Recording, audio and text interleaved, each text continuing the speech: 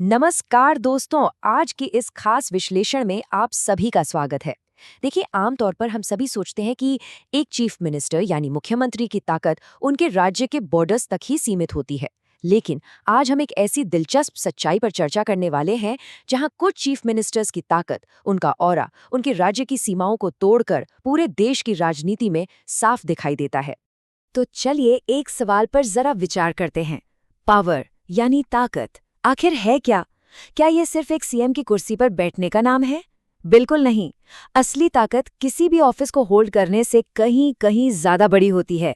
ये एक ऐसी चीज है जो सिर्फ कानूनी अधिकार से नहीं आती, बल्कि लोगों के दिलों में बनाई गई जगह और आपके इन्फ्लुएंस से आती है। ठीक है, तो चलिए इसमें थोड़ा डिटेल में जाते हैं। जब हम चीफ मिनिस्टर्स के कॉन्टेक्स्ट में पॉलिटिकल पावर की बात करते हैं तो ये आम तौर पर 4 चीज़ों का एक ज़बरदस्त कॉम्बिनेशन होता है।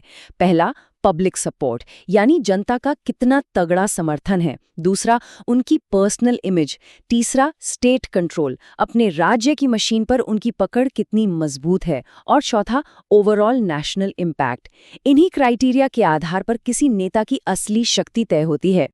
तो आज के इस विश्लेषण में हम जिन पावर के 4 स्तंभों पर नजर डालेंगे वो हैं Yogi Adityanath as the strict administrator, Mamata Banerjee as the street fighter, MK Stalin as the silent force और Arvind Kejriwal as the urban reformer.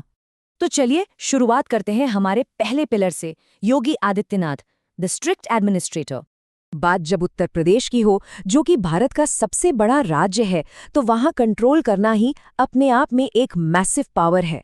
Yogi ji की राजनीतिक ब्रांड बिल्कुल क्रिस्टल क्लियर है। इनकी इमेज आजकल सीधे तौर पर बुलडोजर एक्शन और एक बेहद मजबूत लॉ एंड ऑर्डर सिस्टम से जुड़ी हुई है। एक प्रोमिनेंट हिंदू नेशनलिस्ट लीडर और स्ट्रिक्ट एडमिनिस्ट्रेटर के रूप में उनकी ये इमेज सच में उनकी ताकत का मूल आधार बन चुकी है। अब अगर हम इनके गवर्नेंस रिकॉर्ड को बिल्कुल निष्पक्ष रूप से देखें तो यहाँ 2 अलग-अलग पहलू निकलकर सामने आते हैं। उनके सपोर्टर्स पैशनेटली आर्ग्यू करते हैं कि उन्होंने क्राइम को सक्सेसफुली कंट्रोल किया है, नए एक्सप्रेसवेज जैसा मैसिव इंफ्रास्ट्रक्चर बनाया है और कई बड़े इन्वेस्टमेंट प्रोजेक्ट्स यूपी में लाए हैं।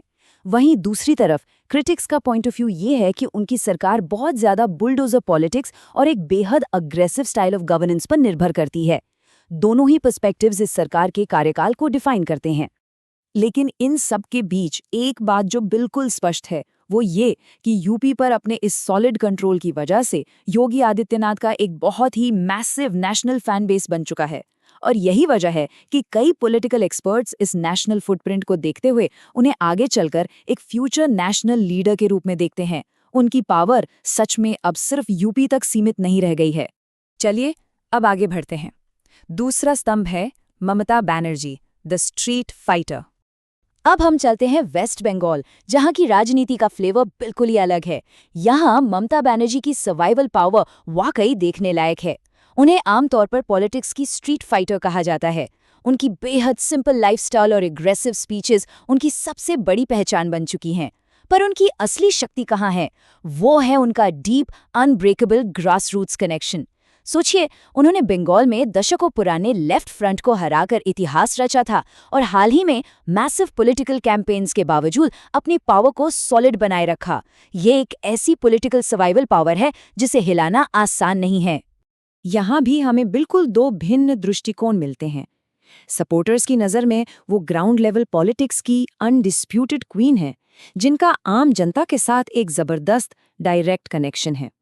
लेकिन एग्जैक्टली इसके ऑपोजिट, क्रिटिक्स इस बात पर लगातार जोर देते हैं कि वेस्ट बंगाल आज भी पॉलिटिकल वायलेंस और करप्शन जैसे गंभीर मुद्दों से जूझ रहा है।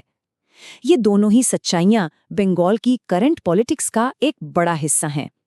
पर एक बात तो तय है, बंगाल की सीमाओं के बाहर भी उनकी इन्हीं सर्वाइवल टैक्टिक्स और ग्रासरूट्स मजबूती की वजह से ममता बनर्जी का इन्फ्लुएंस नेशनल पॉलिटिक्स में बेहद स्ट्रांग माना जाता है। जब भी राष्ट्रीय स्तर पर विपक्ष के गठबंधन की बात होती है, उन्हें हमेशा एक बहुत ही प्रोमिनेंट सीट मिलती है। अब रुख करते हैं तीसरे पिलर की तरफ, MK Stalin, the silent force.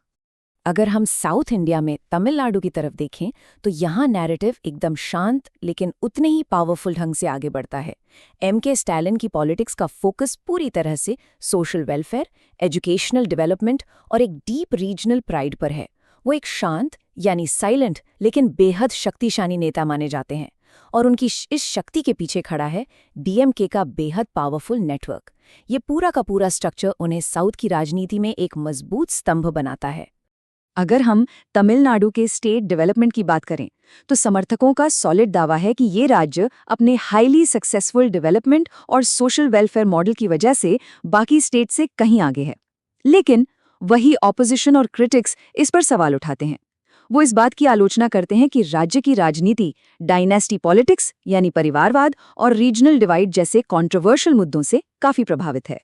खैर, इन सब के बावजूद एक बात बिल्कुल क्लियर है, उनका शांत लेकिन हाईली ऑर्गेनाइज्ड एडमिनिस्ट्रेशन उन्हें साउथ इंडियन पॉलिटिक्स में एक शेयर डोमिनेंस, एक छत्र राज देता है। राष्ट्रीय स्तर पर जब भी नेशनल स्ट्रैटेजीज बनाई जाती हैं, एमके स्टालिन का ये पावरफुल नेटवर्क और उनका दबदबा कोई भी इग्नोर नहीं कर सकता। ये एब्सोल्युटली क्रूशियल है। चलिए अब बढ़ते हैं हमारे चौथे और आखिरी पिलर की तरफ, Arvind Kejriwal, the urban reformer. अब वापस आते हैं देश की राजधानी दिल्ली, जहां एक एक्टिविस्ट से चीफ मिनिस्टर बने नेता का एक बिल्कुल नया पावर मॉडल देखने को मिलता है। यहां उनकी ताकत किसी एक स्पेसिफिक कम्युनिटी या भाषा पर आधारित नहीं है, बल्कि अर्बन रिफॉर्म्स की ब्रांडिंग के इर्द गिर्द घूमती है। आज के वक्त में अरविंद केजरीवाल एक स्ट्रॉन्ग एंटी करप्शन इमेज से आगे बढ़कर अपने एजुकेशन मॉडल, मोहल्ला क्लिनिक्स और फ्री इलेक्ट्रिसिटी पॉलिसीज के लिए सबसे ज्यादा जाने जाते हैं। और सच पूछिए तो ये अर्बन पॉलिसीज ही इनकी कोर राजनीतिक शक्ति हैं। अब इन अर्बन पॉलिसीज को लेकर भी दोनों तरह के आर्ग्यूमेंट्स हैं। सपोर्टर्स का कहना है कि दिल्ली में गवर्नमेंट स्कूल्स और पब्लिक फैसिलिटीज में ड्रास्टिक इंप्रूवमेंट आया है, जो पहले कभी नहीं देखा गया। लेकिन क्रिटिक्स बिल्कुल अलग बात कहते हैं। उनका सीधा आरोप है कि ये सरकार फ्रीबीज बांटने, यानी मुफ्त की रेवड़ियां बांटने और सिर्फ एडवर्टाइजमेंट पॉलिटिक्स पर बहुत ज्यादा डिपेंड करती है। लेकिन इन सभी आलोचनाओं के बीच केजरीवाल की सबसे बड़ी स्ट्रेंथ अगर कुछ है, तो वो है उनका अर्बन मिडिल क्लास और एजुकेटेड वोटर्स के बीच का स्ट्रॉन्ग बेस। और यही उनका यूनिक अर्बन सेंट्रिक अप्रोच उस इंजन की तरह काम कर रहा है जो उन्हें अपनी पार्टी को नेशनल पॉलिटिक्स में लगातार एक्सपैंड करने का फ्यूल दे रहा है। उनका एम्बिशन डेफिनेटली दिल्ली के बॉर्डर से कहीं आगे का है। तो अब समय है सबसे बड़े सवाल का, द अल्टीमेट पावर कंपैरिजन, इन चारों का एक साथ विश्लेषण।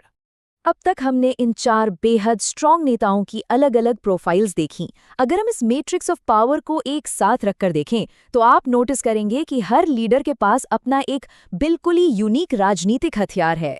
योगी आदित्यनाथ की स्ट्रेंथ उनकी स्ट्रॉन्ग नेशनलिस्ट इमेज और यूपी का मैसिव कंट्रोल है। ममता बनर्जी की ताकत उनकी ग्राउंड पॉलिटिक्स और सर्वाइवल पावर में बसी है। एमके स्टालिन अपने वेलफेयर एडमिनिस्ट्रेशन को अपना पावरफुल टूल बनाते हैं। और वहीं अरविंद केजरीवाल का हथियार है उनकी एजुकेशन, हेल्थ ब्रांडिंग और अर्बन सपोर्ट। सोचिए जरा, एक तरफ बुलडोजर है तो दूसरी तरफ मोहल्ला क्लिनिक। किसी की ताकत अग्रेसिव स्पीचेस में है तो किसी की साइलेंट ऑर्गेनाइजेशन में। इनके स्टाइल्स बिल्कुल अलग हैं, पर इनका इम्पैक्ट उतना ही गहरा है। दरअसल यही विविधता भारत की राजनीति को शेप करती है। तो इस कमाल के विश्लेषण को खत्म करते हुए मैं आप सभी के लिए एक बड़ा सवाल छोड़कर जा रहा हूं। अगर हम public support, political influence, national impact और फ्यूचर पोटेंशियल, इन सारे पैमानों को एक साथ एक स्केल पर रखें, तो आखिर अल्टीमेट पावर किसके पास है? किसके पास सबसे ज्यादा राजनीतिक शक्ति है? योगी, ममता, स्टालिन या केजरीवाल? देखिए, सवाल का जवाब इतना आसान नहीं है। नीचे कमेंट्स में अपनी राय और अपने लॉजिक जरूर साझा करें, हमें पढ़ने में बहुत मजा आएगा। ऐसे ही और गहरे विश्लेषण के साथ फिर मिलेंगे।